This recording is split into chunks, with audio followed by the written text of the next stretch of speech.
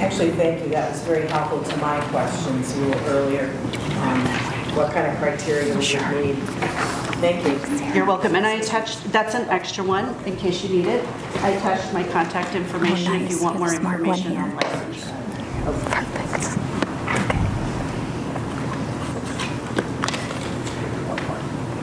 Thank you. Yeah. My name is Caitlin Hanley. I'm a certified nurse midwife here in Des Moines. I practice home birth. Our clinic is the only clinic within 250 miles of Des Moines that accepts insurance for home birth, including Medicaid. And I'm also here on behalf of the Iowa affiliate of the American College of Nurse Midwives, and we are in favor of these changes. Just to speak really quick to the mental health side, Iowa ranks last for mental health facilities. We rank 47th in the nation for psychiatric care providers. I have a brother-in-law who will always need institutionalization.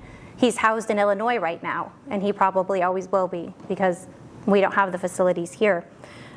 So it doesn't make sense from a regulatory model why we're spending our money and time regulating something where we know that there is a need. Birth centers similarly, right? There are 0 birth centers in the state of Iowa. So the questions about duplication of service really don't make sense. There is nothing like this. There is no out-of-hospital place for women to deliver unless they choose hotel births, which I know many of the midwives here have performed hotel births and Airbnb births because the facilities don't exist for out-of-hospital birth. So we can't duplicate something that doesn't exist in Iowa.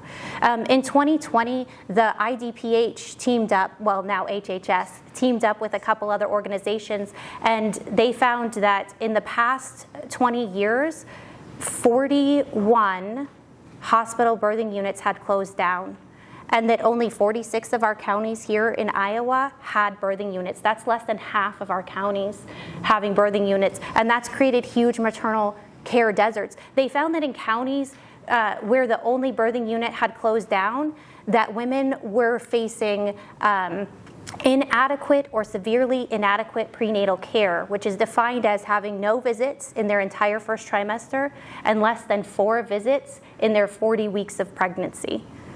And we know that severely inadequate and inadequate prenatal care causes increased risks of preterm labor, preterm birth, low for gestational weight, higher NICU admissions, lower breastfeeding initiation rates, higher rates of postpartum anxiety and depression.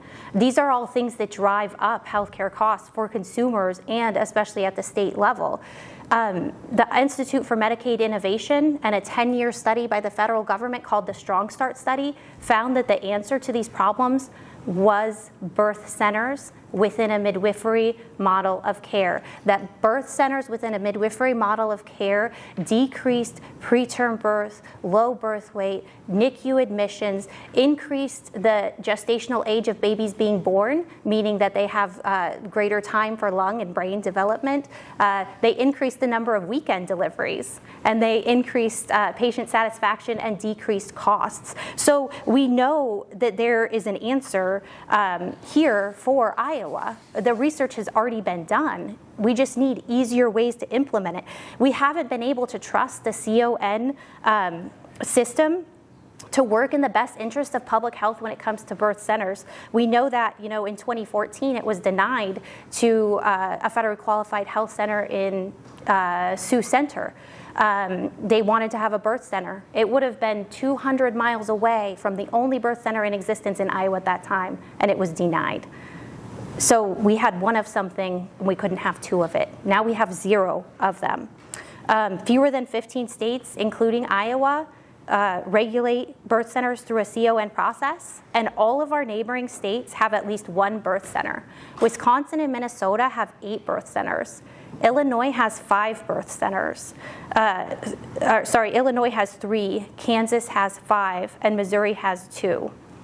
There is a need for birth centers in Iowa, and more than that, we should be offering our women a choice to birth within a birth center and have an out-of-hospital experience that isn't a hotel or a short-term rental, that is proven over and over again to be a safe place for births to happen. An interesting point to that study, I just wanted to mention, the Strong Start study, was that they found that even in women who had had their prenatal care in a birth center model, but had transferred to a hospital for the delivery aspect, had higher rates of better outcomes than women who started outside of a birth center model. So even in those instances where those women do have reasons that they have to transfer to the hospital, they have better outcomes than people who start out in the hospital and who start out of and who don't have birth center care. So I do have a few handouts for you. One is just a reference for all of the statements of facts that I have made today, and another is a health policy paper on Iowa Certificate of Need in relation to birth centers, and I'll make sure you guys have those. Hello, I'm Sarah Bradbury. I'm also a certified nurse midwife practicing at Broadlawns here in Des Moines currently. I started actually in Northwest Iowa and left